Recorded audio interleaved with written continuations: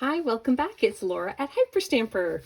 Here's a beautiful one today. I'm really excited. I just finished this one here. This is a beautiful vintage French language study book, and I've turned it into this beautiful junk journal.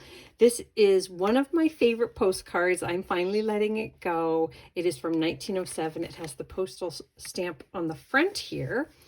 And then I put it on hinges so that you could read the beautiful back of that with the little message on it. Isn't this an exquisite postcard? It's fantastic. It's just fantastic. It's Edwardian. I love it so much. And then everything, of course, inside here is authentic, antique, and vintage ephemera. I've got dozens of inserts and surprises and fun things to look at. So let me take you on a little visit through here before I put it in my Etsy shop. I forgot to mention that I made this pretty bangle with the vintage beads and with the little hinge here. And that is the only non-antique piece in my whole journal.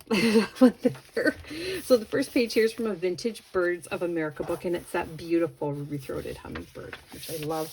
And these are one of my favorite birds, is a pileated woodpecker. Looks like a red-headed one, but they're giant. They're so big. Some vintage flip chart paper, and this is from a vintage Christmas book, the robin who took the hair from the doll to make a nest out of. And then over here I made a little tiny crochet pocket, and I have this beautiful little transit ticket from England, antique. In this wonderful little pocket here is this great, look at this fabulous knitting page here. This is a knitted dress. What? I love it. It's really, really beautiful. And then this, of course, is from the 1950s. I love it, from a woman's magazine.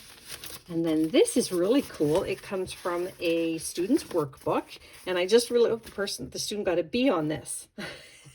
2 sounds of ow. And then I put some vintage paper on the back there for extra journaling. And then over here is a handwritten research paper, and I think it's from the 40s, and the research is from the 1880s. This is a 1940 Paris, France Almanac page. Isn't that funny? They just have the funniest things here. Of course, this is during the war, so it's got really cool stories in there. You can translate that in Google Translate if you're up to it.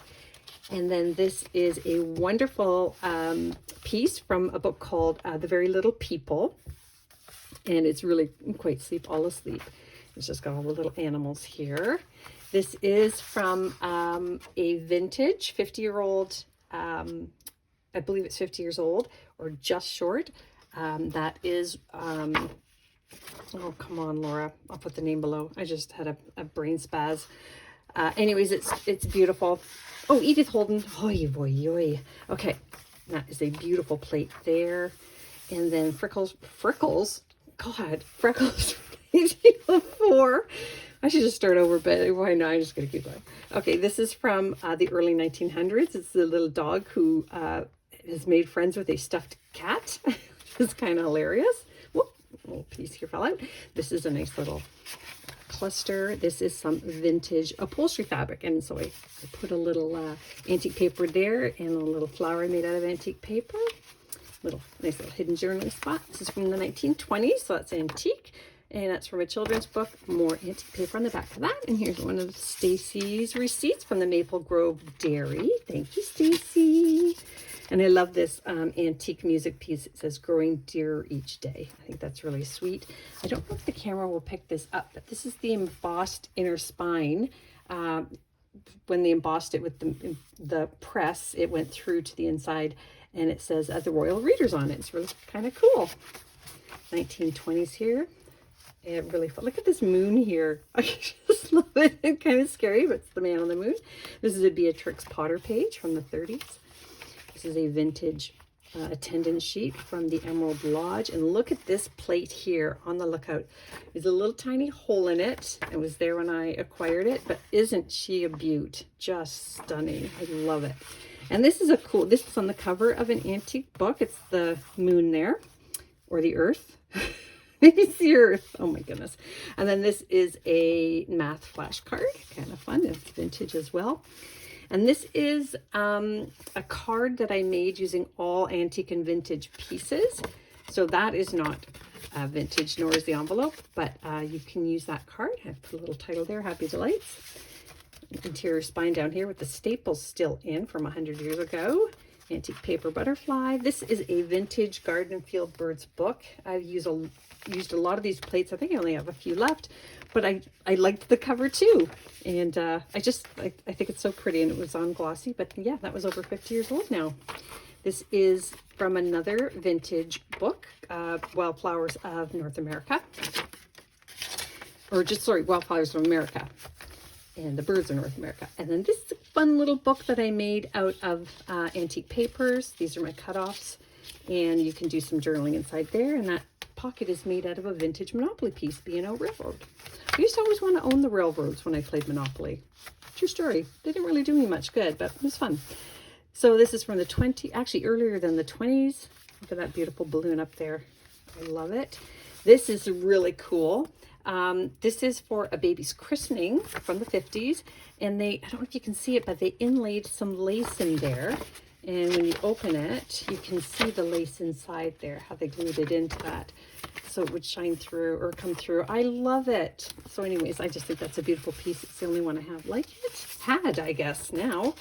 This is from the early 1900s. I believe it's 1908, and it was a book on how to do cursive writing, how to hold the pencil. And it's really cool. I love it.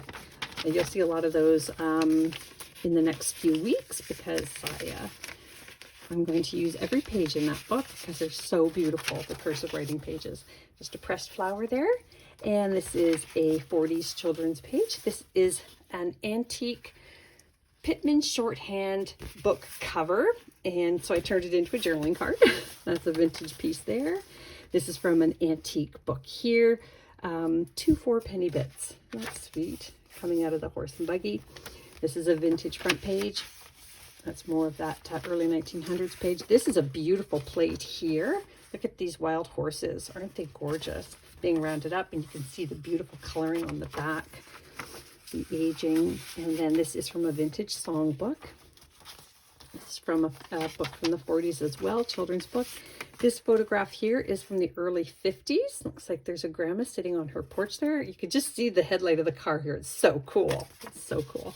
Sometimes that's how I can tell how old a book is, just by the cars. And then got the little squirrel and mouse here from the 20s. And this is the front page of the book. And that is, you notice here, it is actually a map of Paris, France. Isn't that neat? Because it is a French language book. Some vintage Monopoly money there. This is a vintage bird book page here, turned into a pocket. And then one of my 1938 flinch cards.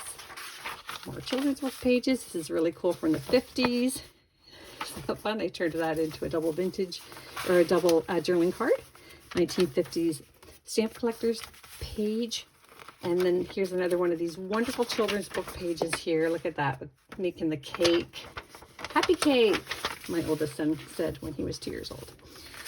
Here is one of these wonderful little plates from a fairy book from the 70s, so 50 years old.